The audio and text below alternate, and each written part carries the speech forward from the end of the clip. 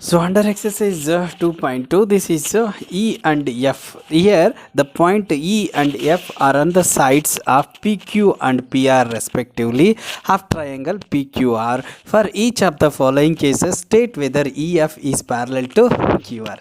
Right. So in the given statement, we don't have any yes, we don't have any triangle, we don't have any figure. So here according to statement we have to draw the figure. So here let me start writing the figure. So here E and F, so the midpoint of yes, E and F are on the sides of PQ and PR respectively, are on the sides of PQ and PR respectively. That means E is the midpoint of PQ and F is the midpoint of PR respectively of a triangle PQR. For each of the following cases, state whether EF is parallel to QR. We need to prove. So EF is parallel to QR, right? So according to first problem, so here see PE is equals to 3.9 centimeter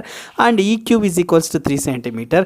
PF is equals to 3.6 centimeter and then FR is 2.4 centimeter. Right, children? So we know that according to basic proportionality theorem states that if a straight line is drawn parallel to side of a triangle, then it divides into other two sides proportionally, right? If a straight line, here EF be the straight line, EF is drawn parallel to side of a triangle, that is QR. EF is parallel to QR, then EF is divides other two sides, that is PQ and PR, which is divides other two sides are proportionally. So that means in triangle PQR, so EF is parallel to QR. According to basic proportionality theorem states that PE by EQ, which is equals to PF by FR. So here we know that by substituting the given values, PF is 3.9, EQ is 3,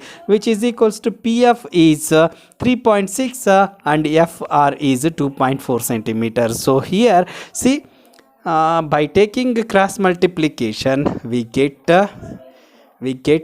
see 3.9 into 2.4, which is equals 3.6 into 3. So when we multiply these two, 3.9 into 2.4 we get 9.6 and 3.6 into 3 we get 10.8. So here 9.6 is not parallel to 10.8. So EF is not parallel to QR. EF is not parallel to QR, right? So hence the given values, so the given according to by solving this we get so EF is not parallel to QR, right? Again I am going to take a second sum, that is see where E and F are on the sides of P and PQ and PR respectively. That means E be the midpoint of PQ and F be the midpoint of PR. EF is the straight line. So the given straight line EF is parallel to QR. EF is parallel to QR, right? So E and F are on the sides PQ and PR respectively of triangle PQR. For each of the following cases, the second case is,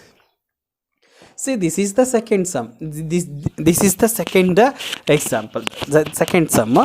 So here PE is equals to 4 centimeter, QE is equals to 4.5 centimeter, and PF is equals to 8 centimeter. And RF is equals to 9 centimeter. So this is the required figure. So that is PQR is a straight line.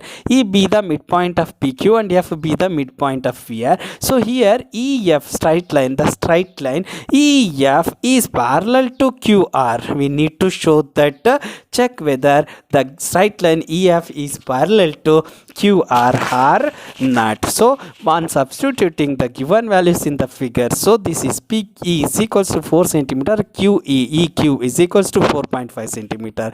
There is no change of EQ and EQE. both are same only. So next we have PF is 8 centimeter and RF is 9 centimeter by basic proportionality theorem, according to basic proportionality theorem.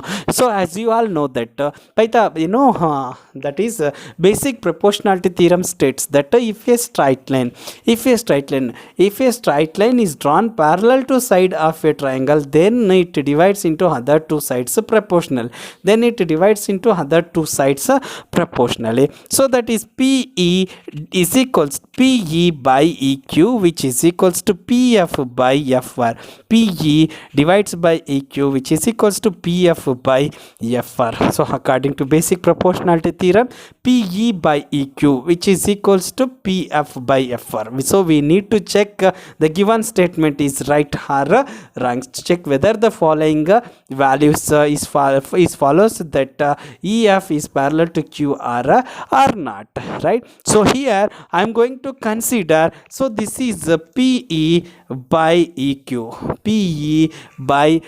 so the value of PE is 4 centimeter and the value of EQ is 4.5 centimeter. So 4.5 by 4, PE is 4 and EQ is 4.5 and PF is 8 and FR is 9. On substituting the given values in the given basic proportionality theorem, so we get see here 4 by 4.5, it is already in the simplest form. So here see 4 to, so see here I am going to divide this divide by 2 and divide by 2. So here 2 1s are 2 4s are 2 4s are 8. So 2 divides by 8 divides by 2, 2 4s are, that is 4.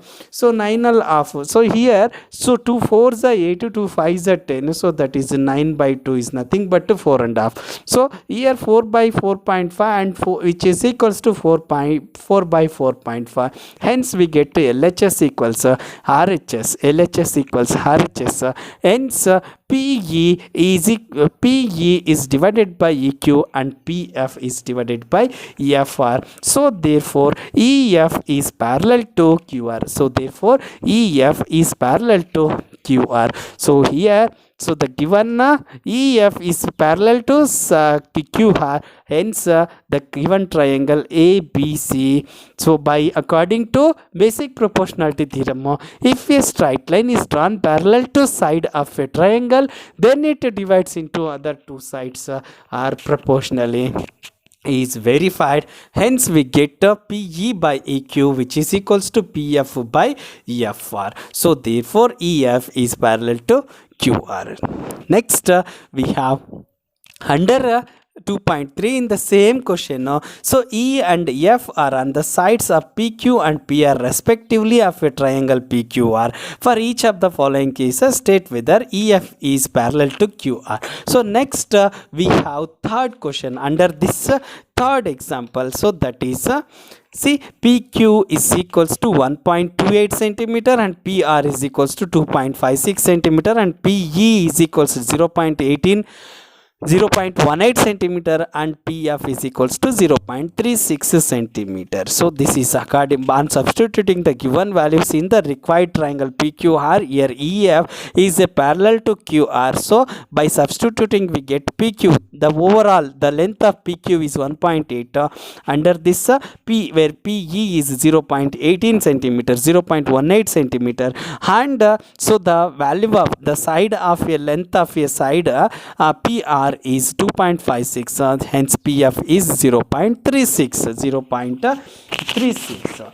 So here, so in the previous only we are discussing about Corollary 1 and Corollary 2 under basic proportionality theorem, Corollary 1 and Corollary 2. So this is, see, this is a basic proportionality theorem. Here DE is parallel to BC, where yes, if straight line is parallel to side of a triangle, then it divides into other two sides are proportionally. That is AD by BD and AE by EC. AD by BD and AE by EC. This is known as the basic proportionality theorems. basic proportionality theorem. And then corollary 1, so this is corollary 1, so that is AD by AB, AD by AB and AE by EC. So that is corollary 1. BD by AB and EC by AC, that is corollary 2. So by substituting corollary 1 we get AD by AB divided by AE by EC according to corollary 1.